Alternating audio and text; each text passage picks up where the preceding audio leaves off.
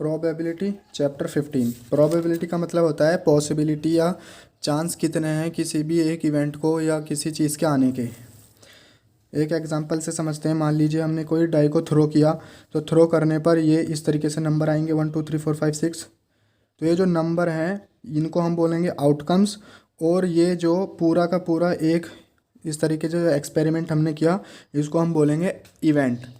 तो इसमें 1 एक अलग आउटकम है, 2 अलग आउटकम्स हैं। इस तरीके से डिफरेंट नंबर को हम डिफरेंट आउटकम्स बोलेंगे। लेकिन ये कम्प्लीटली जो हमने डाई को थ्रो किया इसको हम एक इवेंट बोलेंगे। नाउ यहाँ पर आउटकम्स दो तरीके की होती हैं, इक्वली लाइकली आउटकम्स और not equally likely outcomes. Equally likely outcomes वो आउटकम्स जिनकी पॉसिबिलिटी आने की बराबर है उनको हम इक्वली लाइकली आउटकम्स बोलेंगे। और वो आउटकम्स जिनकी पॉसिबिलिटी अलग अलग होती है आने की उनको हम नॉट इक्वली लाइकली आउटकम्स बोलेंगे। जैसे कि यहाँ पर एक बैग है जिसके अंदर 4 रेड बॉल 1 ब्लू बॉल है। तो यहाँ पर रेड बॉल ज़्यादा हैं, ब्लू कम है। तो सिंपल सी बात है, जब हम उस बैग के अंदर से बॉल्स को निकालेंगे तो रेड के आने की ज़्यादा प्रोबेबिलिटी होगी। इस वजह से ये दोनों आउटकम्स नॉट लाइकली आउटकम्स कहलाएंगी। नाउ प्रोबेबिलिटी क्या होती है? प्रोबेबिलिटी अगर हम इसका फॉर्मूला देखें तो number of outcomes favourable to event E upon number of possible outcomes या फिर नंबर ऑफ टोटल आउटकम्स।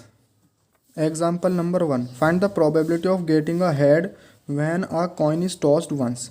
जब हम एक कॉइन को टॉस करते हैं या तो हेड आता है या टेल आता है। तो मान लीजिए हेड आएगा या फिर टेल आएगा। जब हम किसी कॉइन को टॉस करेंगे तो ये पूरा का पूरा तो इसको हम इवेंट बोलेंगे और ये इंडिविजुअली होगा इसको हम आउटकम्स बोलेंगे। क्वेश्चन में फाइंड करना है probability of getting a tail. तो probability of getting a tail को हम इस तरीके से लिख सकते हैं। नाउ जो टोटल नंबर ऑफ टेल्स होंगे इस इवेंट के अंदर उसको हम टॉप पर लिखेंगे 1 टेल, इसलिए हमने यहाँ पर 1 लिख दिया। टोटल कितने आउटकम्स हैं? 1 2। तो total number of outcomes denominator में लिख देना है। Example 2, a bag contains red ball blue ball और येलो बॉल। सारी बॉल्स एक साइज की हैं। Kritika takes out a ball from the bag without looking into it. तो हमें प्रोबेबिलिटी बतानी है येलो बॉल की, रेड बॉल की, ब्लू बॉल की। तो जो टोटल नंबर ऑफ बॉल्स होंगी हमारी वो कितनी होंगी? यहाँ पर 3 हो जाएंगी। नो इसका पार्ट 1 में हमें प्रोबेबिलिटी ऑफ येलो बॉल निकालनी है तो उसको हम पी वाई लिख सकते हैं। नो हमने अभी फॉर्मूला देखा था कि प्रोबेबिलिटी ऑफ एन इवेंट वो होती है possible events corresponding to particular outcome upon total number of outcomes. तो यहाँ पर जो येलो बॉल है वो बैग के अंदर 1 है इसलिए 1 ऊपर आ जाएगा और डिनोमिनेटर में टोटल नंबर ऑफ आउटकम्स आएंगे जो कि 3 के बराबर है। Similarly probability of red ball निकालेंगे हम। तो जो total number of red balls हैं उसको हम टॉप पर लिखेंगे यानी कि 1 रेड बॉल और टोटल नंबर ऑफ आउटकम्स यानी कि 3 हो जाएगा। इसी तरीके से जो प्रोबेबिलिटी ऑफ ब्लू बॉल होगी पी बी इक्वल्स टू जितनी ब्लू बॉल्स हैं वो टॉप पर लिखेंगे तो 1 में है और टोटल नंबर ऑफ आउटकम्स यानी कि 3। अगर आप यहाँ पर ध्यान से देखें तो हर एक जो आउटकम है वो सिर्फ 1 ही है। जैसे कि येलो बॉल वो 1 है इस पूरे पर्टिकुलर इवेंट के अंदर। रेड बॉल भी यहाँ पर हमारी 1 है, ब्लू बॉल भी यहाँ पर हमारी 1 है। तो इस तरीके की इवेंट जिसके अंदर पर्टिकुलर टाइप की जो एक पर्टिकुलर आउटकम होती है वो 1 ही होती है। जैसे कि आप यहाँ पर देख सकते हैं an event having only 1 outcome of the experiment is called elementary event. बाकी हम आगे क्वेश्चन करेंगे तो वहाँ पर समझ जाएंगे इसको अच्छे तरीके से।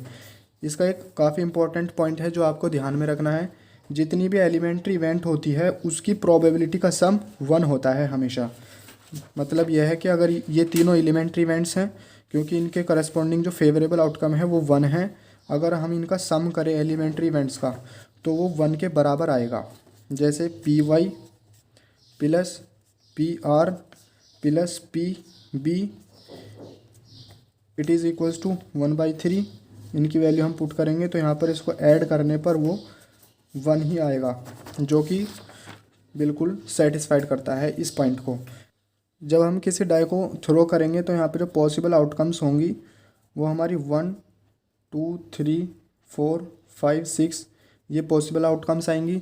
फर्स्ट पार्ट में यह है कि what is the probability of getting a number greater than 4। Basically एक नंबर जो ग्रेटर देन 4 हो इसकी प्रोबेबिलिटी निकालनी है। तो हम उसको इस तरीके से लिख सकते हैं, मान लीजिए वो नंबर x है और वो 4 से ग्रेटर है। तो ऐसे नंबर जो 4 से ग्रेटर हैं वो दो नंबर हैं, सिर्फ 5 और 6। तो इस वजह से हम इसको क्या लिख सकते हैं, दो नंबर हैं तो 2 पर आ जाएगा, और टोटल नंबर ऑफ आउटकम्स कितने हैं, 6 हैं, तो 6 नीचे आ जाएगा, विच इज़ 1/3। सेकेंड पार्ट में, what is the probability of getting a number less than और इक्वल टू 4। सेकेंड पार्ट में सिर्फ हमें ये बताना है वो नंबर की प्रोबेबिलिटी जो 4 के बराबर या 4 से कम है। तो मान लेते हैं वो नंबर x है जो कि लेस देन और इक्वल टू 4 है। हम उसको इस तरीके से लिख सकते हैं। तो यहाँ पर देखिएगा 4 या 4 से कम 1 2 3 4 ये 4 नंबर हैं, और टोटल नंबर ऑफ आउटकम्स हमारी 6 हैं, विच इज़ 2/3।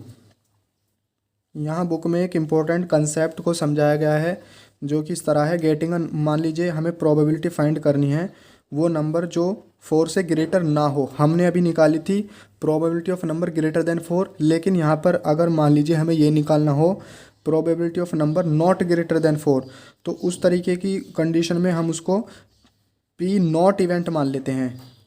मतलब कि जैसे प्रोबेबिलिटी ऑफ 4 थी हमारी पी ई, और probability of not greater than 4 वो पी नॉट ई है। एग्जाम्पल से समझते हैं।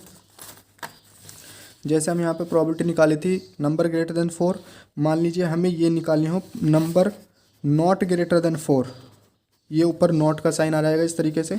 तो उसको हम उसको अकॉर्डिंग टू फॉर्मूला ये लिख सकते हैं 1 माइनस नंबर ग्रेटर देन 4, मतलब P not E equals to 1 minus P ई।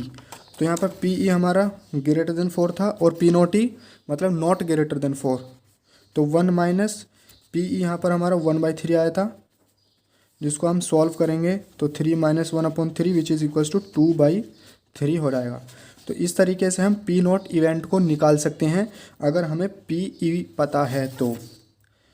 ये काफ़ी इंपॉर्टेंट फॉर्मूला है, आपको ये ध्यान रखना है, एक्सरसाइज सोल्व करते वक्त काफ़ी इसके बारे में हम पढ़ेंगे। और ये जो दो इवेंट्स होंगी जो पी ई और पी नॉट ई होंगी उसको हम कॉम्प्लीमेंट्री इवेंट्स भी बोलते हैं, और जो पी नॉट ई इवेंट होता है उसको हम कॉम्प्लीमेंट कहेंगे पी ई इवेंट का। इम्पॉसिबल इवेंट वो होती है जिसके आने की पॉसिबिलिटी बिल्कुल ज़ीरो हो। जैसे एग्जांपल के तौर पर हमने कोई डाई को थ्रो किया तो जो वहाँ पर इवेंट बनेगी कुछ इस तरीके से आएगी 1 2 3 4 5 6। तो यहाँ पर अगर हम मान लीजिए प्रोबेबिलिटी नंबर ग्रेटर देन 7 निकालें, तो यहाँ पर 7 से बड़ा कोई नंबर है ही नहीं, तो इसका मतलब उसकी फेवरेबल आउटकम 0 होगी। Total number of outcome 6 which is 0 के बराबर हो जाएगा। तो ये इवेंट हमारी इम्पॉसिबल इवेंट होगी। और एक इवेंट और हमारी होती है इसके just opposite which is sure event. इसका दूसरा नाम होता है सर्टेन इवेंट। ऐसी इवेंट जिसके आने की प्रोबेबिलिटी 1 हो। मतलब अगर हम यहाँ पर कहें कि probability of a number less than 7, तो यहाँ पर 7 से जो लेस देन नंबर हैं वो कितने हैं 1 2 3 4 5 6, सारे ही नंबर 7 से कम हैं। तो इसका मतलब फेवरेबल आउटकम 6 और टोटल नंबर ऑफ आउटकम से भी 6 होंगी विच इज़ 1। तो हमेशा ध्यान रखिएगा श्योर इवेंट की प्रोबेबिलिटी 1 होती है, इम्पॉसिबल इवेंट की प्रोबेबिलिटी 0 के बराबर होती है। और प्रोबेबिलिटी जो होगी हमारी किसी भी इवेंट की वो 0 और 1 के बीच में होगी। 0 भी हो सकती है 1 भी हो सकती है, लेकिन 0 से कम नहीं होगी और 1 से ज़्यादा नहीं होगी। अगर ऐसा होता है तो वो हमारा गलत आंसर है। तो हमेशा ध्यान रखिएगा। एक बार हम इसको समराइज़ कर लेते हैं जो अभी तक पढ़ा है। इक्वली लाइकली आउटकम्स वो आउटकम्स जिनकी पॉसिबिलिटी आने की सेम होती है। नॉट इक्वली लाइकली आउटकम्स जिनकी पॉसिबिलिटी आने की सेम नहीं होती। प्रोबेबिलिटी किसी भी इवेंट की क्या होती है, number of favourable outcomes to event E upon total या पॉसिबल आउटकम्स। एलिमेंट्री इवेंट्स वो इवेंट होती है जिसकी सिर्फ एक ही आउटकम हो, और जितनी भी एलिमेंट्री इवेंट्स होती है उन सब का सम 1 के बराबर होता है।